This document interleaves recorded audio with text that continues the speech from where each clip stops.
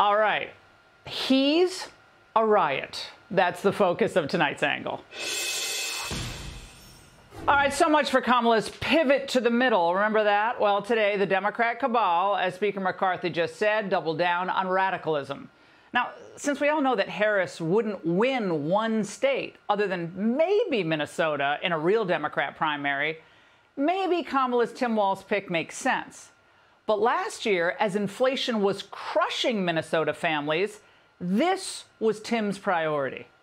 We want every Minnesotan to grow up feeling safe, valued, protected, celebrated, and free to exist as their authentic versions of themselves. Protecting and supporting access to gender-affirming health care is essential to being a welcoming and supportive state to the community. I have people in my DMs who are saying, you better do this because we're moving already to Minnesota because we don't know where to go.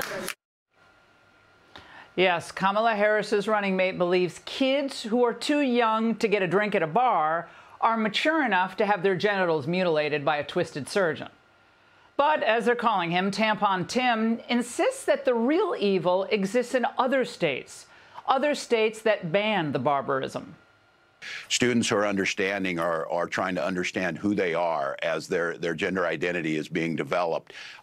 They are most at risk. We're there to protect children. We're there to have you understand that in Minnesota you're going to be protected. Protecting and supporting access to gender-affirming health care is essential. We know this urgency is real, thus the need of an executive order today. Well, the only thing worse than a San Francisco liberal trying to vibe her way past her record is a Minnesota liberal trying to rebrand his. Tim Walz, I know very well. He served in the House. To characterize him as left is so unreal. It's just not what the question. He's right down the middle. He's a heartland of America Democrat. Yeah, he's more in the middle than France and England, countries that have banned gender-affirming care, so-called. Well, the heartland by birth, but Haight-Ashbury by his record, Tim Walz, this isn't flying. The far left is jubilant tonight. He's Bernie Sanders, but with a National Guard stint and a few decades younger. Progressives unleashed a furious pressure campaign over the past few weeks. I'm not sure if you noticed, but it was rooted in this vague whiffs of anti-Semitism. To kill Josh Shapiro's chances of getting the nod, you had to bow down to the progressives. This is deeply disturbing, and we're going to dig into this more in a few moments. And remember, if the squad is happy and they are ecstatic that Walz is the choice, you should grab your children and watch your wallet. Because if Harris and he end up in power, you're going to need to do a lot more to protect both. Because for Governor Walz, being a socialist just means being a good neighbor. Don't ever shy away from our progressive values. One person's socialism is another person's neighborliness. Just do the damn work.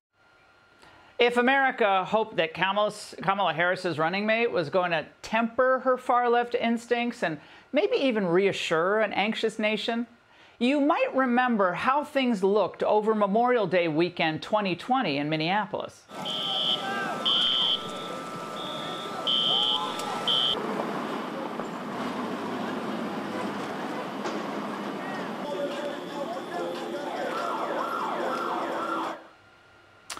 The aftermath of the George Floyd shooting did hundreds of millions of dollars of damage to the city. And instead of taking charge, Governor Walz at the time essentially empathized with the rioters.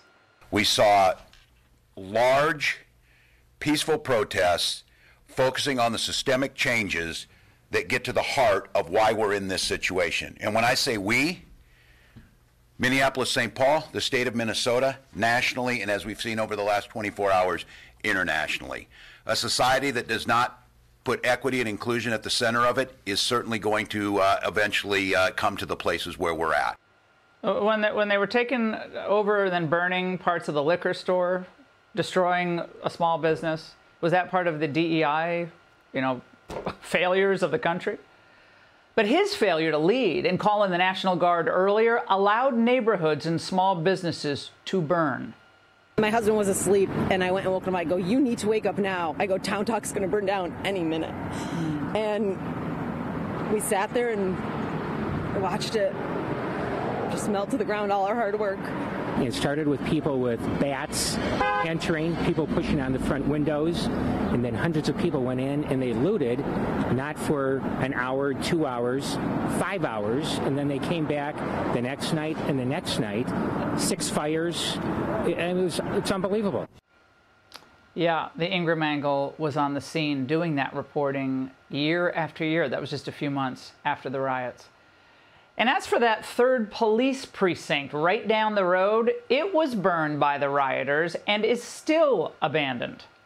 Thoughts looking at the old 3rd police precinct building 3 years after the riots? It brings back a lot of bad memories for certainly myself, but also obviously the police officers that once worked out of this facility. So it's just sad to see here we are 3 years later and literally nothing has changed. The activists and some of the city council members who are also activists themselves considered a victory not to have police in the precinct because some of the city council don't want police to begin with.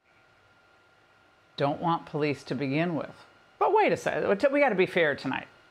What about Governor Walz's great policing reforms? How are those working out? Harris says his department is short more than 200 officers. You've lost 40% of your force in the past 4 years. That sounds like a big problem. It is incredible. It's not just that we lost 40% of the force. They've been facing the highest levels of crime and violence in some categories that the city has ever seen. Walz has helped tank law enforcement in his state, and he's on his way to tanking education as well. You heard a lot tonight about his experience as a public school teacher, and that sounds lovely. But he's forgotten whatever sense he learned, and now it's all DEI all the time. We can't find a teacher that looks like the kids they're teaching. You don't need another one that looks like me. You need somebody who's in there. All the research shows that. All the research? Oh, really? Well, I want to see that research. Naturally, with this loopy focus of his, Minnesota's just going in the wrong direction. In its national education ranking, it's dropped now to number 19. But let's look at the bright side. At least the boys can use the girls' bathrooms and get free tampons. Isn't he a riot? And that's The Angle. Hey, Sean Hannity here. Hey, click here to subscribe to Fox News YouTube page and catch our hottest interviews and most compelling analysis. You will not get it anywhere else.